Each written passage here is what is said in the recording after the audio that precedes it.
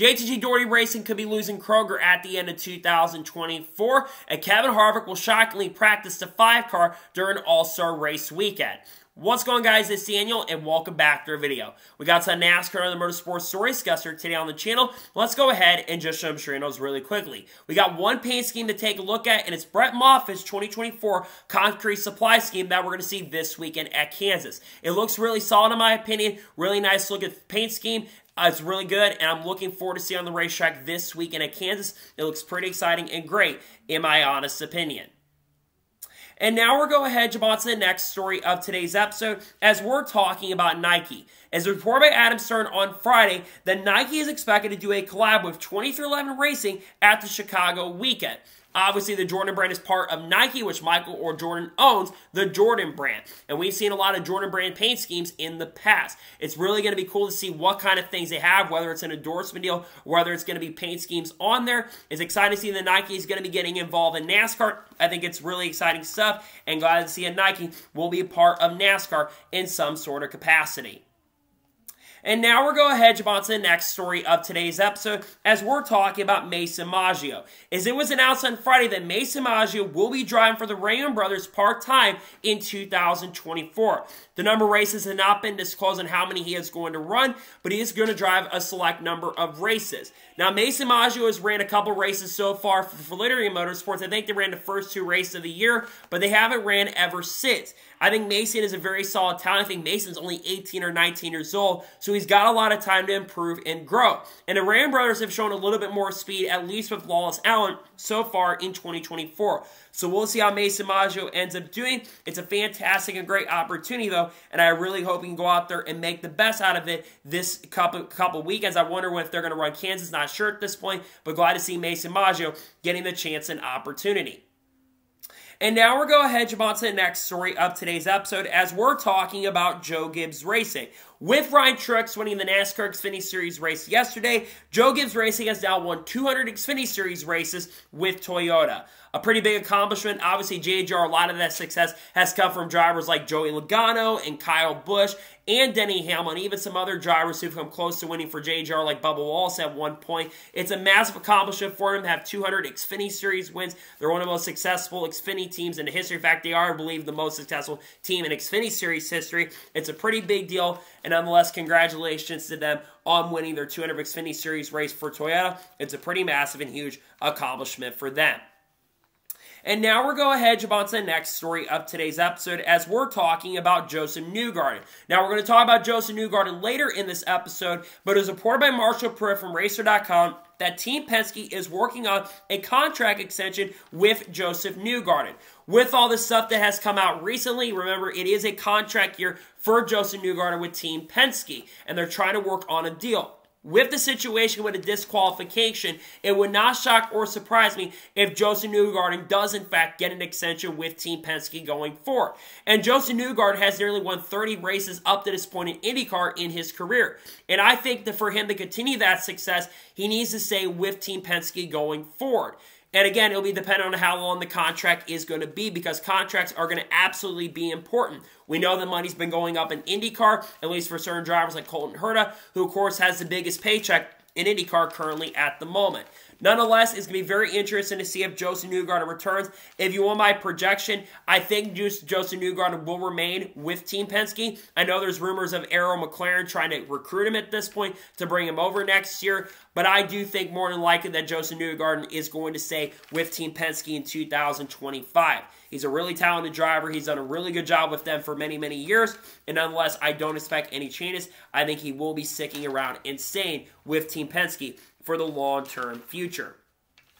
And now we're going to head on to the next story of today's episode as we're talking about Conor Zillis. As with Conor Zillis winning the race at Dover, he has picked up his first career ARCA win at Dover in just his second start. Now, Conor Zillis did have to ruffle some feathers during the ARCA race. He actually got into William Swash on the second or the third to last restart in the race, and sadly put William Swash into the outside wall. But Conor Zillis, you look at everything that he's accomplished so far in his racing career, especially this year. He's won a Cars Tour race this year. He has won the 24 Hours of Daytona in the LMP2 class. He has also won the 12 Hours of Sebring in the LMP2 class as well. And now he's won an ARCA race. And he nearly won in his Truck Series debut with Spire Motorsports. I consider Conor Zillis to be one of the biggest prodigies coming up through the ranks currently at the moment. And sadly, like I said, he did have to make some contact to go out there and win the race. But I think Conor Zillis has the potential to be a Cup Series champion one day. And he's an absolute wheelman.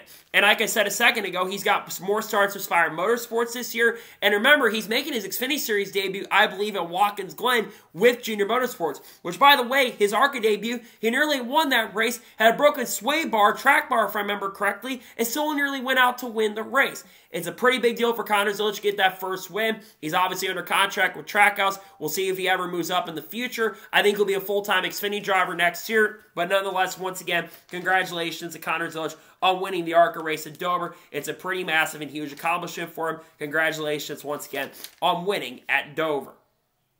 And now we're going ahead to jump on to the next story of today's episode as we're talking about Anthony Alfredo. Now, during yesterday's NASCAR Xfinity Series race, Anthony Alfredo was able to win the Dash for Cash. The Dash for Cash, for those who don't know, awards $100,000 to the team that ends up winning. For a team like ARA Motorsports, this is absolutely huge, considering the fact that, obviously, ARA Motorsports, they're not a fully funded organization. According to what Chris Knight reported yesterday, they're still looking for sponsorship currently at the moment. Anthony Alfredo has been outperforming that equipment so far in the 2024 season. He's out of some top 10s, and I think right now he's currently in the playoffs, if I'm not mistaken. And you think about the accomplishment here. This is $100,000. A lot of that's going to go to the team to upgrade their stuff. Maybe they could hire an engineer, a simulator engineer for sure. Sadly, Fox did not cover this. Well, they actually did have an interview with Regan Smith, but they didn't show until 20 hours later, which is another prime example of Fox not doing a good job on their coverage. But once again, nonetheless, congratulations to Anthony Alfredo on picking up the Dash for Cash win. That's a lot of money they can use. It's a big accomplishment for them. Congratulations to him on winning the Dash for Cash yesterday.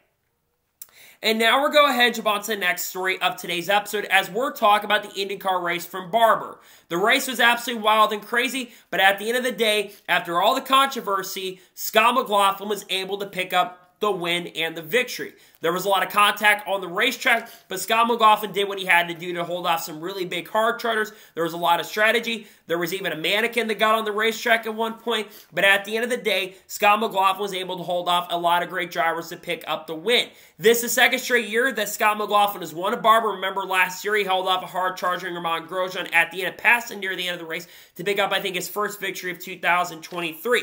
After all the penalties that they received this past week, on Wednesday, this is absolutely a huge win and a huge momentum booster and confidence booster for this team going forward. This is going to move them farther up in the standings in the points. There's a lot of great tracks coming up for the team. I think this is Scott McLaughlin's 5th career IndyCar win, if I'm not mistaken. It's a really huge deal for them. Nonetheless, once again, congratulations to him on picking up the win at Barber. A well-deserved win and a huge accomplishment for him. Congratulations to him on winning the race at Barber in IndyCar. And now we're going ahead and jump on to the next story of today's episode as we're talking about Carson Quaffle. Now, Carson Quaffle was able to have a very strong performance yesterday at Dover and was able to cross the finish line in second place. In both races that Carson Quaffle has ran so far, he finished 4th at Martinsville and finished 2nd at Dover.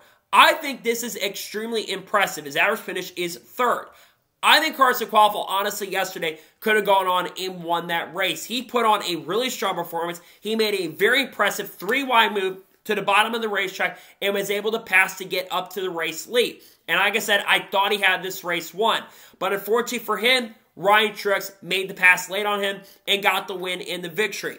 But if I'm Dale Jr. and I'm looking at how well Carson Quaffle performed, one, I'm running that 88 car a lot more races to see what Carson Quaffle could do, because a lot of people rate Carson Quaffle very, very highly.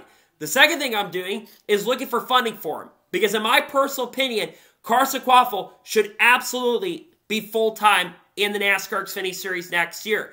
If they can find a way to maybe get Brandon Jones out of that 9 car and put Carson Quaffle in, I think that 9 car would not only do better. This is no disrespect to Brandon Jones, but Brandon Jones has been extremely underwhelming in the few years he's ran so far with Junior Motorsports. And I think Carson Quaffle, in the 2 races that he's ran so far this year, has outperformed what Brandon Jones has done in over a season. Obviously, Junior Motorsports can have a lot of tough decisions made because sponsorship and funding comes into play. And you also have to remember that Brandon Jones brings a ton of funding and a ton of sponsorship into play as well.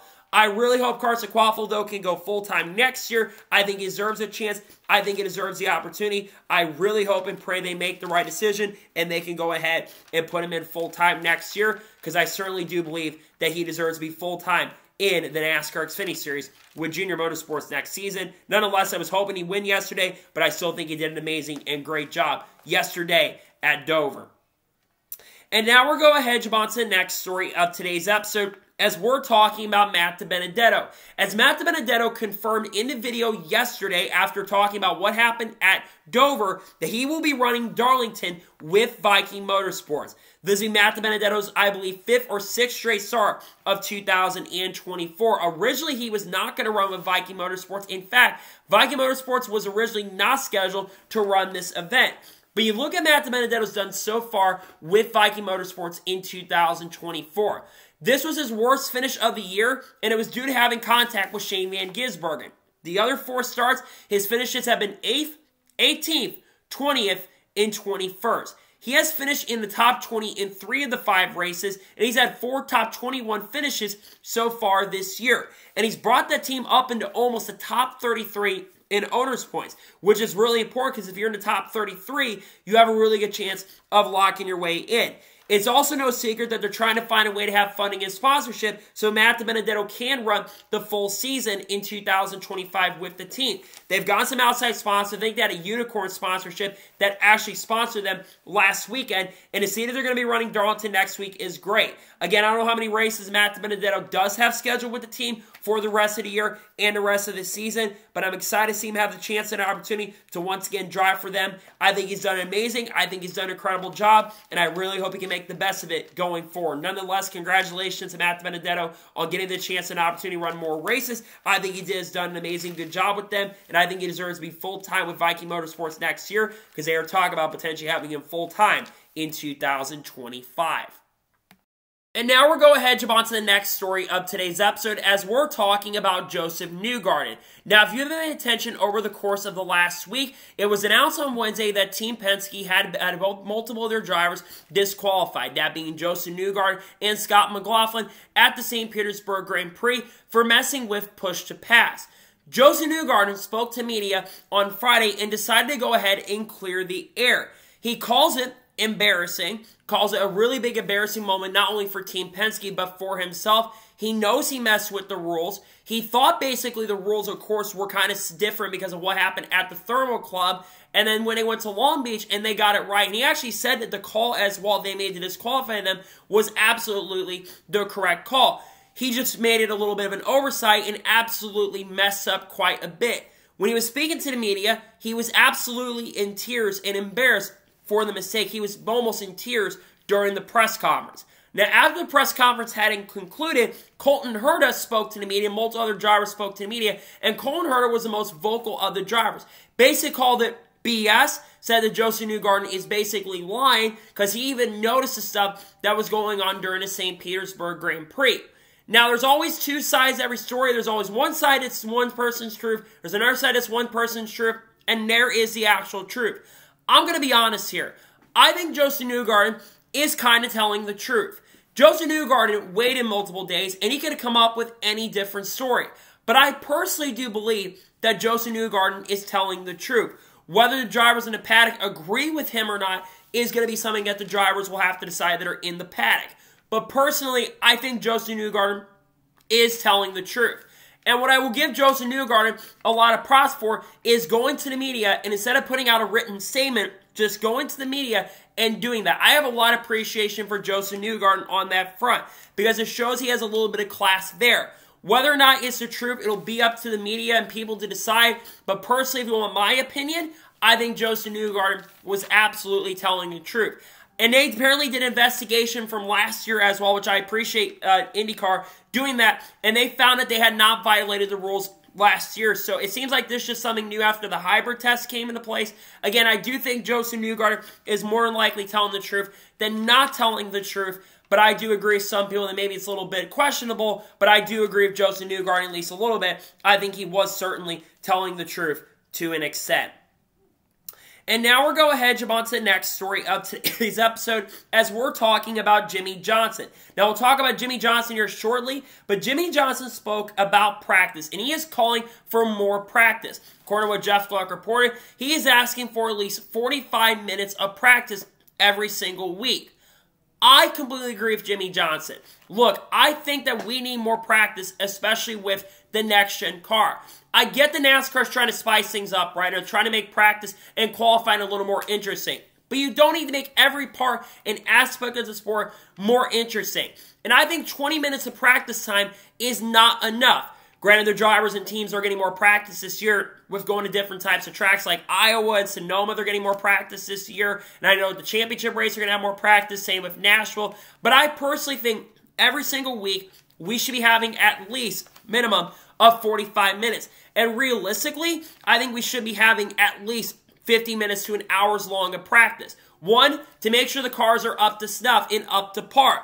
And I'm going to say this for the super speedways as well. We should have at least a 30 to 40 minute practice session to make sure everything is up to snuff so teams are not having issues. I know you don't learn as much on super speedways unless you want to learn how to use the draft, but I think a lot of drivers would be better if you had practice. Drivers like Shane Van Gisbergen, drivers like Hailie Deegan, Matt Benedetto's been a little inexperienced this year. Jimmie Johnson, Kevin Harvick we'll talk about in just a little bit, even though I think they're going to get a little bit more practice at North Wilkesboro. But again, I think Jimmie Johnson is absolutely right on the money. We need more practice with the next-gen era. I think with 45 minutes is not enough. It's unacceptable to practice as less as it is. And he's not the only one that's called for it. I think Brad Keselowski's called for more practice. I've seen other people like Dale Jr. call for more practice. And I think a lot of fans have been begging NASCAR to add a little more practice. Hopefully with the new TV contract that's coming into play, we can get our wish granted. Nonetheless, I really hope we get more practice in the future because I think it would help out a lot of these teams going forward, in my opinion. And now we're going ahead, jump on to the next story of today's episode as we're talking about John Wood. As it was announced on Friday that John Wood has now officially become the president of the Wood brothers. John Wood, who of course is the grandson of Leonard and Glenn Wood, he's been with the Wood brothers for many, many years. He's working as higher up as an organization. At one point drove for the Wood brothers back in the mid-2000s to the late 2000s. But gave up on driver duties in 2008 to focus on running the family business more. Obviously, you look at Leonard and Glenn's age, they are a lot older now, so we wanted someone to take over the ownership stake of the organization. And now you've got John Wood, who is taking over the ownership stake of that, or was going to become part owner of the organization. I think Kevin Wood is also working as a higher up at the team as well. But John Wood taking over the presidency just makes a lot of sense in my opinion. Now, hopefully with John Wood going into the president role, they can start making some executive changes. The Wood brothers in recent years, really especially in the last 2 or 3 years, have completely struggled. You look at Harrison Burton's performance. I know today Harrison Burton nearly got a top 25, hang the banner, but so far Harrison Burton this year, for the most part, has completely struggled. Only getting 1 top 10 so far this year at Talladega, and 2 finishes inside the top 20 for the first 11 races of the year. And Harrison Burton is sitting like 32nd or 33rd in the owner's points. So with John Wood taking over that higher-up role, I really hope that the Wood brothers can make better decisions. I know that the Fords have struggled this year, but the Wood brothers should absolutely be performing a lot better than they've been performing so far this year. So whatever they do end up deciding to do in the future on drivers, I would love to see make some moves. I think John Wood taking over the presidency is absolutely huge for the team. I'm really excited about this, and nonetheless glad to see that John Wood has become the president of the Wood brothers. I think it's a great move, and I think it's a fantastic move for the team overall to have John Wood as the president now of the Wood brothers. Really exciting and awesome stuff overall, to be honest with you. And now we're going ahead, jump on to the next story of today's episode as we're talking about Riley Herbst and Hailie Deegan. Now, at the end of the NASCAR Xfinity Series race at Talladega Superspeedway, Riley Herbst, instead of helping out his Ford teammate, that being Hailie Deegan, going into turn number 1, he made a move to the outside wall, basically to the outside of Hailie Deegan, and was able to go up and finish in 2nd position. But a lot of people like myself were very critical of Riley Herbst for making that move. Now, Riley Herbst actually spoke to the media about this situation. He speaks on what happened at Talladega. And he says he really doesn't understand why people are really upset about him trying to make the move, going for the win. And basically, he said, I was really only cared if Jesse Love ran out of gas. If he runs out of gas, I go on and win the race. And that absolutely could have happened for sure. He's 100% right on that. And then he kind of basically tried to compare what he did to Austin Hill, and he says no different than the driver. Well, the difference here, Riley, is that you're in a Ford. She's in a Ford. Austin Hill is in a Chevrolet. Now, I don't blame Riley Herbst for not working with Hailie Deegan. She has not been up front as much. She's always kind of been in the middle to back of the pack, especially in the truck series. But I think if you have a chance and opportunity to work with a driver, especially that is in the same manufacturer as you, I would definitely want to work with the driver in my same manufacturer, because if they push each other up to the front, and let's say Jesse Love doesn't run out of gas, you have a really good chance and opportunity to get up there and go and pass him at the end of the day. I personally understand where Riley Herbst is coming from, but at the same time, if I was in his position, I'd work with Hailie. I get wanting to go for the win. I completely understand that, and that's a reasonable, basically, reason why you didn't work with her. But at the same token, same time, if I'm Riley Herbst, I'm pushing Hailie Deegan up there, then go to the outside and pass her, and then you go out and win the race. Because Ford is still winless so far in 2024 in all three series. To me, I get where Riley Herbst is coming from. I get the frustration of not really understanding why people are mad at me. But personally, if I'm Riley Herbst, I definitely should have been working with Hailie Deegan a lot more. I know he's a different person myself, but personally, if I was Riley Herbst, I would have worked with Hailie Deegan to try to get up to the front, to be honest with you. And now we're going to head on to the next story of today's episode, as we're talking about the Daytona 500. Now, it was reported by Adam Schefter, who does a lot of stuff in the NFL, probably the biggest reporter in the NFL. He reported that the Daytona 500, not Daytona 500, but basically Roger Goodell went on the Pat McAfee show, I think it was Thursday or Friday, and he spoke about the fact that he would like, in the not-so-distant future, to potentially move the end of the season to President's Day, extending the NFL season to basically be an 18 to 19 game regular season. Why is this important? Well, if the NFL is extended to a longer season, there is a really great chance and a really strong possibility that the Daytona 500 more than likely is got to be pushed back. The Daytona 500 has been on President's Day, I think, in 48 of the 53, or basically in 48 of the near 65 Daytona 500s that have taken place. That has traditionally been where the Daytona 500 has happened. I understand the NFL wants to have more games because of the international presence. But at the same token, same time, if you add more NFL games going forward into the future, I think a lot of your fans are going to be burned out. We've got the UFL, for crying out loud. I know the UFL is not as popular as the NFL, but you've got spring football going on. And I don't think fans want to watch year-round football, no disrespect, even though I know some probably would like to watch year-round football. I'm not one of those people that wants to sit around and watch football every single day. That's just my opinion. But then again, I understand that. But it would affect the Daytona 500. So maybe one potential possibility we could see is maybe the Daytona 500 and the NFL season, the Super Bowl maybe, happening on the same day on President's Day. But I don't think NASCAR would budge and go on the same day. Now, obviously, this is not something that I expect for 2025, but I think 2026 could be the earliest this ends up happening, and certainly 2027. I think it was reported later than in the day that 2027 could be the first year that we see this end up happening. So NASCAR is going to have to make a decision on what they're going to do in the future. Nonetheless, it's very, very interesting, and I'm glad to see there's some reports coming out about this. There's been rumors they've been trying to extend the NFL season more. They extended the 17 games recently, and it sounds like they're trying to extend it to an 18-game season going forward into the future. I don't expect it until 2026 potentially, but at least for now, we are not going to see it until 2026. But it looks like the Daytona 500 in the not-so-distant future might be moving to a later date, and it's something to definitely watch out for as time goes on. And now we're going to head on to the next story of today's episode, as we're talking about Denny Hamlin. Now, Denny Hamlin spoke to Frank the Tank on a walk when they were at Martinsville Speedway. And basically, Frank the Tank, who works at Barstool Sports, asked Denny Hamlin about the birth of 23XI Racing. Well, Denny Hamlin revealed all the information surrounding it. So Denny Hamlin and Michael Jordan have had a friendship for many, many years. Denny Hamlin was called by people that work at Michael Jordan's team after Michael Jordan had purchased the Hornets many, many years ago, and then they basically brought him in to the office, and then Denny and Michael struck a friendship. Then in 2020, there was a clickbait article that came out, I think it was from multiple reports, if I'm not mistaken, that were clickbait about Denny Hamlin having a partnership with Michael Jordan, which at the time was completely clickbait.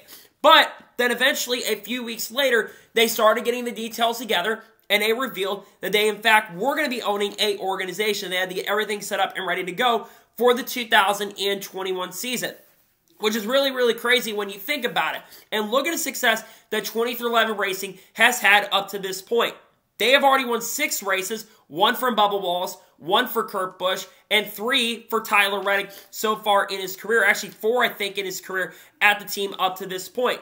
We have seen a lot of success from, actually 2 from Bubba Wallace, excuse me. We have seen a lot of success from 23XI Racing. And the team wants to eventually become a 4-car organization long term. And there's a lot of talks, conversations that 23XI Racing could have 3 full-time cars by the 2024 season, 25 season perhaps, looking to expand, though we're waiting for the charter agreement to be officially finalized. It's going to be very interesting to see what happens long-term for 23XI Racing. But with all the success they've had so far, it's an amazing accomplishment for the team, everything they've done so far up to this point. Congratulations on all the success so far. And it's pretty interesting that a clickbait article from multiple reports basically confirmed Denny Hamlin's opportunity to get 23XI Racing up from the ground and running. And now we're going ahead, jump on to the next story of today's episode as we're talking about Jimmie Johnson. Now, during the press conference yesterday surrounding Erik Jones, which we're going to talk about in just a little bit, Jimmie Johnson basically said that he isn't completely ruling out maybe driving the 43 car if Erik Jones is not back in the not-so-distant future. Now, it was stated on the Fox broadcast earlier today that Corey Heim is currently scheduled to drive the 43 car until Erik Jones makes a return, which will include next week at Kansas, or this week at Kansas, I should say. But Jimmie Johnson, if he was to drive the 43, it would absolutely be very weird. Now, Jimmie Johnson, of course, not driving it this weekend because, of course, he is driving the 84 car at Kansas for back-to-back weeks, which will help him with the experience going into the weekend. But it would be very interesting to see a second 7-time champion driving the iconic and legendary number 43 car. That 43 car has had a lot of success, a lot of wins, and a lot of victories. And if Jimmie Johnson gets a chance and opportunity to drive, it would be cool. If not Jimmie Johnson outside of Corey Heim, who could it be? What about maybe getting someone out there like a Sheldon Creed, perhaps? Or maybe Eric Almirola tries a 43 again. That would be very interesting. Nonetheless, so it sounds like right now Corey Heim more than likely is going to be filling the role. But Jimmie Johnson's the owner, and he can make the decisions. Even though Corey Heim, like I said, is reserve driver, Jimmie Johnson has the opportunity and the right to make decisions on what happens with the team and what happens with Corey Heim if he, in fact, will drive for the team. It's going to be very interesting to see what happens and see what goes on long term. I think Corey Heim, by the way, in his debut, he did an absolutely amazing and great job. He put up a great performance, and I was very impressed with the speed he showed in the race today. He did a very good job. I hope he gets more chance and opportunities in Cup in the future, maybe in 2025, if Legacy does, in fact, decide to go ahead and expand, which I think would be pretty cool if they, in fact, do decide to expand. And now we're going ahead, jump on to the next story of today's episode as we're talking about ARA Blocking. Now, if you watched the NASCAR Cup Series race yesterday, you saw what happened at the end of the race. Denny Hamlin was able to hold off a hard-charging Kyle Larson at the end.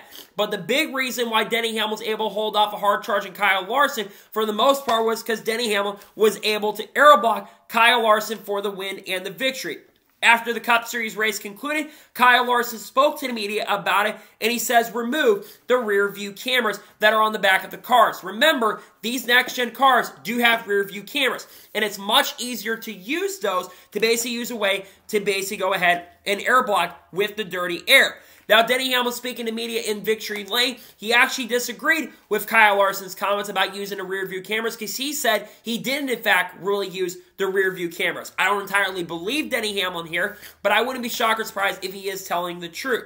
Now, Kyle Busch was the one who had the most outspoken opinions about the next-gen car and the ARA blocking. Earlier in the week, he spoke about this being a defensive mechanism, more about being an offensive mechanism. You get this more defensive because of the ARA blocking. But after the NASCAR Cup Series race concluded, Kyle Busch was definitely very frustrated and really, really pissed off. He said the ARA Blocking in the next-gen car was absolutely bad in the race today. He said it's been bad for a very, very long time, but it was way worse in the race today than it was in previous times. He tried to pass Noah Gragson for many, many laps and eventually got around Noah Gragson, but I think traffic really played a role in that. And even though Kyle Busch had a great run today, he still got stuck behind Noah Gragson for many, many laps. And no disrespect to Noah Gragson, but Kyle Busch was definitely faster than Noah Gragson all day long. Same with drivers like Chase Elliott and guys like Tyler Reddick behind him and even Ryan Blaney as well. So Noah Gragson did get a good finish. But I do agree with these drivers to an extent about the ARA Blocking stuff. One of the things about the next-gen car is it does race amazing on intermediates and basically sometimes super speedways. But this car has a lot of dirty air. If you get within 3/10 of the guy in front of you, it is very, very hard and very difficult to pass. You need multiple lanes to come into play to have an opportunity to make a move. And ARA Blocking is nothing new in these cars. We've seen this all the way back to the car tomorrow. But I saw a thread, I think on Twitter if I'm not mistaken, where the rear bumpers of these cars have been getting lower and lower and lower to the ground. And I do think that we need to find a way to make the car go a little bit farther up, basically have a little more air below instead of a little more air going down. I think the rear diffuser is definitely a big problem for that, by the way. I truly agree that ARA Blocking is a massive issue and it needs to change soon. I think removing the rear diffuser will be one of those things for sure, and maybe upping the horsepower could compensate for these issues. Again, if they make some basic component changes to this next-gen car, I think the racing will get better. That being said, ARA Blocking's been a thing, but I 100% understand the frustration. I do agree to an extent with the drivers that ARA Blocking is a big problem, big issue, and it absolutely needs to be resolved going forward into the future. And now we're going to jump on to the next story of today's episode as we're talking about Matt Kenseth. Now, Matt Kenseth was at Dover Motor Speedway and was interviewed by Jamie Little from Fox Sports. And he was joking about saying that he actually had brought his helmet over to Legacy Motor Club and was hoping he'd be the one driving the 43 car in substitution for Eric Jones. But then Legacy Motor Club actually put out a tweet indicating that while Matt Kenseth right now won't be running in 2024, maybe they're teasing a possible one-off return for Matt Kenseth in 2025. Now, this is not the first time that Legacy Motor Club has teased a possible return for Matt Kenseth to the NASCAR Cup Series. Remember, a couple months ago at Texas Motor Speedway, and Eric Estep actually got this from basically, I think, Instagram, if I'm not mistaken, on the Instagram stories. It revealed that Matt Kenseth is actually in the driving simulator. Now, why would Matt Kenseth drive for Legacy Motor Club, though? Remember, Matt Kenseth is one of the higher-up competition directors at Legacy Motor Club currently at the moment. But he's not the only driver that does miss racing and has had some interest in making a return. Over the last couple of years, Casey Kane's been one driver who's been wanting to return. He said it in Darlington that if he had the chance and opportunity to make a one-off return, he would love to do it. Greg Biffle almost ran the Daytona 500 this year. The reason he didn't race for a team like NY Racing was because he was not paid by the team and organization. Carl Levers has been, well, we thought Carl Levers might be interested, but he kind of has said he's been hit or miss on maybe wanting to make a return. Some of you said Dale Jr. has been interested in making a Cup return, but right now I don't think Dale Jr. wants to race the next-gen cars, so he did do the next-gen cat test in 2022 at Daytona. I would absolutely love to see Matt Kenseth come back and do one-off at some point in the 84 car or maybe in the 43 car. It'd be really cool for a throwback race, especially if Eric Jones is not back. It'd be really cool to see Matt Kenseth potentially make a return in the sport, maybe driving the iconic 43 car. But Matt Kenseth has been a big help to Legacy Motor Club. Even if he doesn't ever end up making a return, Matt Kenseth, like I said, has been a massive and huge help to Legacy Motor Club and how much they've gotten better as an organization from last year. They struggled last year in 2023. But you look at how they've done so far in 2024. And drivers like Eric Jones and, of course, Corey Heim, and you think about John Hunter Nemechek having help from Matt Kenseth, having that veteran help there is really going to grow the talent over there. It is really going to help them on a development among other things. Matt Kenseth is someone I would absolutely lean on, especially when driving with respect and driving clean as well. Nonetheless, I really hope Matt Kenseth at some point gets a chance and opportunity, because I think it'd be really good for the sport if Matt Kenseth did go ahead and have the chance to drive in the future. We'll see if Matt Kenseth does get a chance maybe in 2025 to maybe make a one-off return, though Matt Kenseth, to be fair, will be in his mid-50s. And now we're going ahead, jump on to the next story of today's episode as we're talking about Erik Jones.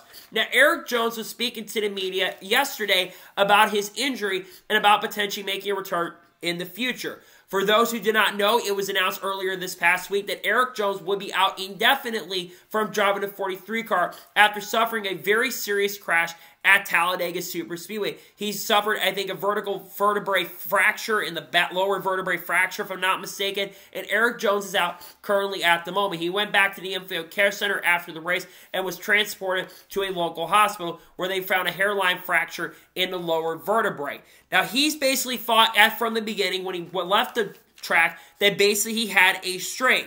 And then the fracture, he says currently the fracture that he has is currently on the Maio side. He's not even wearing a back brace currently at the moment, and he says it's week by week, but he says every single day it begins to feel better. Now, basically, he says the crash as well was similar to Ryan Blaney's wreck in August at Daytona, where the wreck was 70 Gs when Ryan Blaney hit the outside wall. The difference is, I think Ryan Blaney was a little bit slower when he hit compared to Erik Jones, who hit the outside wall hard at 180 plus miles an hour.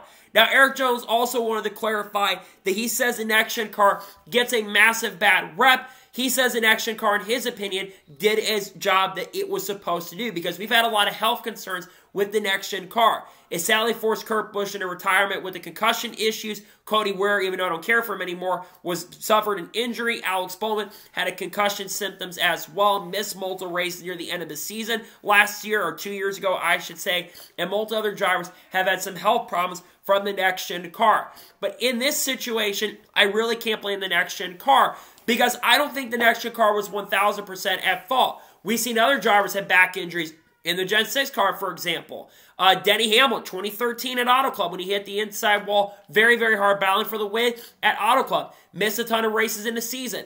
Eric Almirola, 2017, after the crash at Kansas. He suffered a big wreck there and missed a ton of weeks as well. And then obviously other guys like Kyle Busch, he hit the inside wall really hard with no safer barriers. And then of course other drivers in other previous cars have suffered injuries, like Jeff Gordon, who had his career-altering crash at Las Vegas in 2008. To me, when I think of this next-gen car, as much as it does get a bad rep for the ARA blocking and the wrecks and stuff, you can't always blame the next-gen car for these incidents and situations. The most important thing, and I love seeing Erik Jones at the track, Erik Jones could have just decided to stay away from the racetrack and focus on getting healthy. But what I really appreciate Erik Jones doing here is he's coming to the racetrack and sticking along and trying to prepare Corey Heim and get him some help. Obviously, it's a week-by-week basis. Sitting currently at the moment, it is still unknown right now when Erik Jones will, in fact, make a return to the NASCAR Cup Series. But the most important thing for Erik Jones is to take his sweet time and don't rush yourself back behind the wheel, because if you come back and hurt yourself again, you can miss a lot more weeks. The most important thing, even though he says he's feeling better on a day-by-day basis, the most important thing for Erik Jones is to slowly but surely get better and then return when you feel like you're ready. I'm not going to project when he's going to come back because honestly it could be at any time at this point. It could happen as early as Kansas, but it probably won't be Kansas. If you want my other projections, I'm not going to give them here. Nonetheless, wishing Erik Jones a speedy recovery. Glad to see he's at the racetrack. He gave an update on the Fox Sports coverage, which I thought was pretty awesome, to be honest with you. Nonetheless, glad to see that Erik Jones was able to give an update on the situation.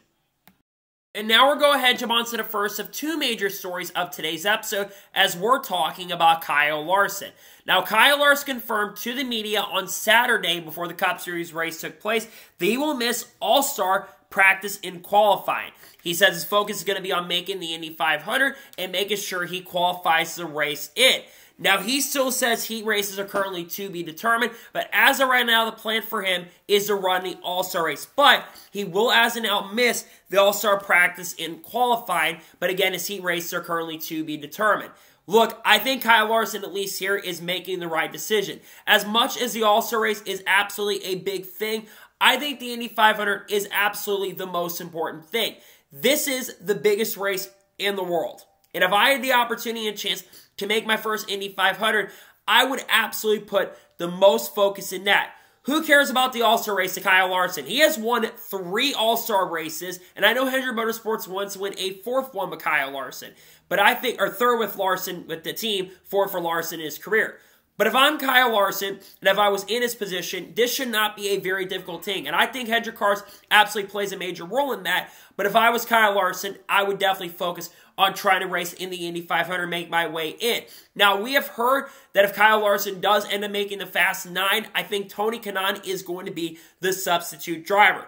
Now, to Kyle Larson's credit so far during testing, among other things, Kyle Larson has been extremely quick and extremely fast. And I think he's going to have a really good chance and opportunity to not only easily make the show, especially since he's driving a McLaren car, which has been extremely quick at the Indy 500 in the past, but I think he's going to have a great opportunity to win the pole for the race, which if Kyle Larson is able to sit on the pole, it would absolutely be huge. Now, if Kyle Larson going and running the Indy 500 practice qualified and missing the All-Star practice and qualifying, who will be the substitute driver during that time?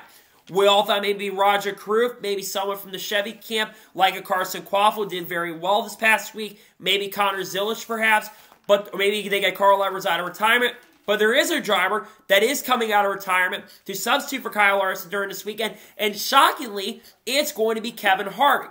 It was announced during pre-race today that Kevin Harvick is going to be driving the 5 for Hendrick Motorsports during AllStar practice and qualifying. And it was reported by Hendrick Motorsports as well that Kevin Harvick is also going to be on standby during this weekend. That weekend, in case Kyle Larson does need to be there to make the final round, and Kevin Harvick would end up racing the main event. This is absolutely shocking, to be honest, because I thought maybe they go after Roger Crew, Justin Allgaier, Conor Zillis perhaps. Maybe they get SVG an opportunity to run the All-Star race, considering that Shane Van Gisbergen is actually eligible to run the All-Star race because he won the Chicago Street Course last year. Or maybe they get someone else from the Chevy camp. But Kevin Harvick is definitely very interesting. Now, I like this move, though. I think it's a really great opportunity for Kevin Harvick because many years ago, back in like 2016, before it was announced that SHR was going to be switching to Ford, many have thought that Kevin Harvick was going to move over to Hendrick Motorsports in 2017 or 2018 potentially. Obviously, that did end up happening, and he stayed with Stewart-Haas Racing. But had Kevin Harvick gone to Hendrick Motorsports, I think he would have been extremely successful, especially with the Chevy camp. Though I don't know if he would have won as many races because Chevrolet did struggle in 2017 and 2018.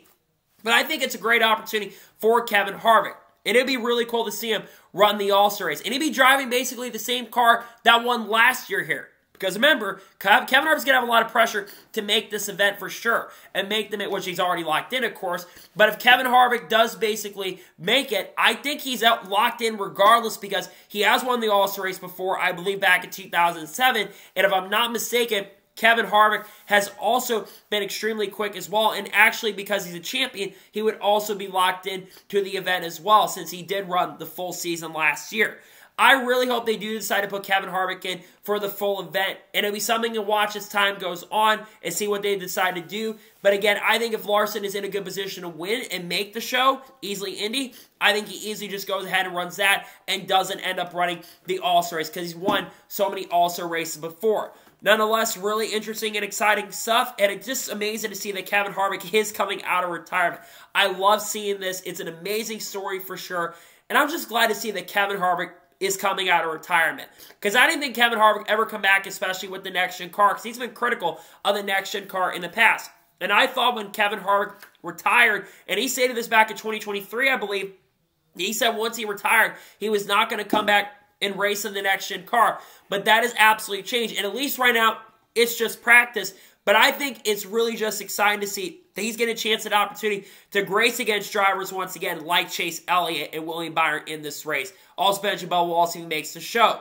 Nonetheless, it's really exciting stuff. And I think it's just, like I said, it's so cool to see that Kevin Harvick is coming out of retirement. And I think Kevin Harvick is going to be super fast. The Hendrick cars have been extremely quick at the short tracks this year so far, and they've looked extremely powerful out on the track. Hell, Kyle Larson almost won the race yesterday. So it's very exciting stuff, and I'm really excited to see, nonetheless, that Kevin Harvick is going to get the chance and a great opportunity here to drive for Hendrick Motorsports for the first time. I'm really looking forward to it. I think he's going to do an amazing job, and it's a really exciting story to see that Kevin Harvick is going to be driving a 5-car during All-Star practice and qualifying. And now we're going to jump on to the final major story of today's episode as we're talking about JTG Daugherty Racing. Now, we've talked about JTG Daugherty Racing quite a bit over the last week. It was reported earlier in the week that there's a really good chance and possibility that Kroger will not be returning to JTG Daugherty Racing at the end of the 2024 season. And if Kroger does in fact leave JTG Daugherty Racing, there's a really good chance and possibility that Tad and Jody Schechter, who own JTG Daugherty, they would in fact end up leaving to go over and take an ownership stake in Joe Gibbs Racing. Now, we'll get to talk about potential teams that could get the charter here in just a second, but Ricky Stenhouse Jr. actually spoke about the situation to Peter Strada and many reporters in the industry this weekend at Dover, and he says that the morale at JTG Daugherty Racing is very, very high considering the uncertain future. Kroger, for those who do not know, has been with JTG Daugherty Racing since the 2010 season. So if Kroger was to leave JTG Daugherty Racing and we see them go over to Joe Gibbs Racing, it would likely be the end of JTG Daugherty. Here is why. There is not a lot of outside sponsorship coming in for JTG Daugherty. Kroger seems like its own brand identity, and obviously with the potential possibility of Mark Truex Jr. retiring at the end of this year, if them going over there, the owners of that team, that would be huge for the team because Bass Pro and auto owners would likely end up going, so that would be huge for Joe Gibbs Racing. A lot of money. And you think about Joe Gibbs as well. Joe Gibbs getting a lot older, so that could be the end for that team as well. Not the end for Joe Gibbs, but basically with Joe Gibbs getting a lot older, he's bringing in a lot of different groups. Heather Gibbs is beginning to take a lot of the reins over at the team. And also you have, of course, Harrod's Blitzer group and Josh Harris's group going over there and helping the team bring in some funding and sponsorship. It's been helping FedEx stay around at least a little bit longer. As for JTG Daugherty Racing, if this truly is the point where what happens in JTG, if it does happen where Kroger ends up leaving, I sadly think this is going to be the end for JTG Daugherty, at least as a full-time organization. The only possibility for this organization to stay around is if they do in fact end up being a part-time organization. Or maybe a hypothetical possibility is maybe finding a way to get Junior Motorsports to come in and support them. And with charters being a little cheaper, that could help a team like Junior Motorsports get the chance. But I could see Junior Motorsports coming in and working with JTG because it is a Chevy team. But I could also see JTG Daugherty switching to Toyota. What does this also mean for Ricky Stenhouse Jr.? If this acquisition does end up happening, I think Ricky Stenhouse Jr. will sadly not be full-time in NASCAR next year, unfortunately. At least in the Cup Series. Unless he goes to like the Wood Brothers perhaps, because there is a chance Harrison Burton is not going to be full-time in 2025. I think in fact there's a chance Harrison could be let go early if his performance does not step up and improve. But I think that Stenhouse could go over to Wood Brothers, but also Chase Briscoe could go over there as well. What does this also mean for the charter market? Well, if a charter from JTG Daugherty Racing ends up becoming available, and with the possibility of SHR selling 2 charters, and even a team like Kaulig selling a charter at the end of this season, there could be 4 charters up for grabs. And what does this mean? Well, the market is going to end up getting a lot cheaper. We know there's not a lot of teams currently buying in at the moment because the charter agreement is still not finalized. And I know Jordan Bianchi and Jeff Gluck mentioned they've got a report on that coming later this week. We still need to figure out what's going on with the charter agreement and where we're at this point. But who are the main teams that are in the running for charters? Obviously, like I said, Stewart-Haas Racing, I think they're going to sell a couple charters. They've lost a lot of sponsorship this year. Obviously, I think that Chase Briscoe will be one of the drivers that sadly will be gone, and I think Ryan Preece will be gone as well. Josh Berry would, if he was to leave, Ronnie Childs would likely be gone. I think Josh Berry's sticking around because Tony likes Josh, and also I think that Noah Grayson, how well he's been performing with SHR this year, I think he's going to stick around with SHR because he also has a little bit of sponsorship, and Tony really likes Noah. I think the 2 charters that are owned by Gene Haas more than likely are going to end up being gone, which means the 10 number will be gone, which means Grayson would go to the 14. Also, Kaulig Racing, I think that their charter could go to Trackhouse. But going back to JTG, who are the 5 or 6 teams in the running? First one, 2311 Racing. I know Denny Hamlin has stated that he is not interested in buying a charter, but I think if the opportunity came up for them to expand, because we know 2311 Racing does want to expand their program and organization, I think they would absolutely take it. And 2311 Racing has been absolutely improving. 6 wins up to this point, and they've got drivers that are absolutely ready to go. You've got drivers in Xfinity like Sheldon Creed, perhaps, who could be a potential candidate. If Mark Truex Jr. doesn't retire at the end of this year, maybe you get Chandler Smith. I think Chandler Smith is absolutely ready for the Cup Series. I know the last few weeks have not gone well for him, but Chandler Smith has been one of the guys to beat so far on a week-by-week basis. What about maybe giving Eric Almirola a part-time chance? What about Corey Heim going full-time? Corey Heim, in my opinion, did a very good job in his debut this past week. Maybe you move Corey Heim up. What about maybe Kurt Busch, Carl Edwards coming back? That could be potential possibilities as well. Or maybe getting a guy like Kamui Kobayashi to make a few starts. Then you've got a team like RFK Racing. RFK is another organization that is looking to expand in 2025. They were spotted in the IMSA paddock during the Sebring weekend, and I think RFK Racing would be a great team to move up. You've got drivers in the Ford camp that could be candidates. Riley Herbst, especially if SHR ends up leaving Ford. Cole Custer, if basically Stewart-Haas ends up leaving, could be a candidate. Even Haley Deegan, I'm being serious, could be a candidate, especially if he brings a little bit of sponsorship funding, at least part-time. Maybe we see a driver like Matt Benedetto get a chance, so I do think it will remain with Viking Motorsports. You've got Frankie Muniz, even Cam Waters as well. RCR, I think they got a slight chance of expanding. Austin Hill, I think a lot of people feel like might be ready for the Cup Series up to this point. And then, of course, you have Jesse Love, who's been killing it in the NASCAR Xfinity Series this year. And Austin Hill's probably not going to be around much longer. And then, of course, you have Trackhouse Racing. I think Trackhouse Racing is the most likely to acquire this charter. Trackhouse has a lot of drivers in their development pipeline currently at the moment that I think are ready to go. Obviously, Ross and Daniel Suarez are currently under contract with Trackhouse Racing right now. I think they're both going to get extended. Chastain's got a long-term deal. Suarez is under contract this year, but I expect him to get extended. You've also got Conor Zillis, who's been doing a great job in the lower series, who I think will make his Cup debut in the next year or two. You've also, of course, have Shane Van Gisbergen, who's been doing a really, really good job this year in Xfinity. I think he's moving up full-time in 2025. And then, of course, you have Zane Smith. And while he struggled, I could see him being integrated full-time into Trackhouse. Then you've got Legacy Motor Club as well, who's looking to extend, and I think Corey Heim will be the perfect candidate to go there if he doesn't end up going to 2311 Racing. Nonetheless, it's going to be very interesting to see what happens and see who ends up acquiring the charter, but I think there's a great chance that JTG is going to shut down at the end of this year. So, that is good for today's NASCAR news and motorsports news video. I want to thank you guys for watching. Please subscribe to the channel, notifications on, so if I win a video, it does go live on my channel. Follow me on Twitter, Facebook, and Instagram, and support my Patreon as well. Let's go with that and comment your thoughts on today's video. Do you think JTG Daugherty's future is very uncertain? Let me know your thoughts in the comments below. Who you think acquires the charter? And what are your thoughts about Kevin Harvick driving the 5-car during All-Star practice? Let me know your thoughts in the comments below. Tomorrow on the channel, there should be the entrance video for Kansas. There will also likely be the Xfinity Series race picks potentially as well. Wednesday, there should be NASCAR news video dropping. And then Thursday, we'll have the NASCAR Cup Series race picks for Kansas as well. Got to shoot for the Truck Series, I should say, for Tuesday. Got a ton of great content dropping on the channel that I cannot wait for you guys to check out. So anyways, like I said, I want to thank you guys for watching today's episode. And I'll see you guys next time for more great, awesome NASCAR content and other motorsports content on the channel like this. Take care, everybody.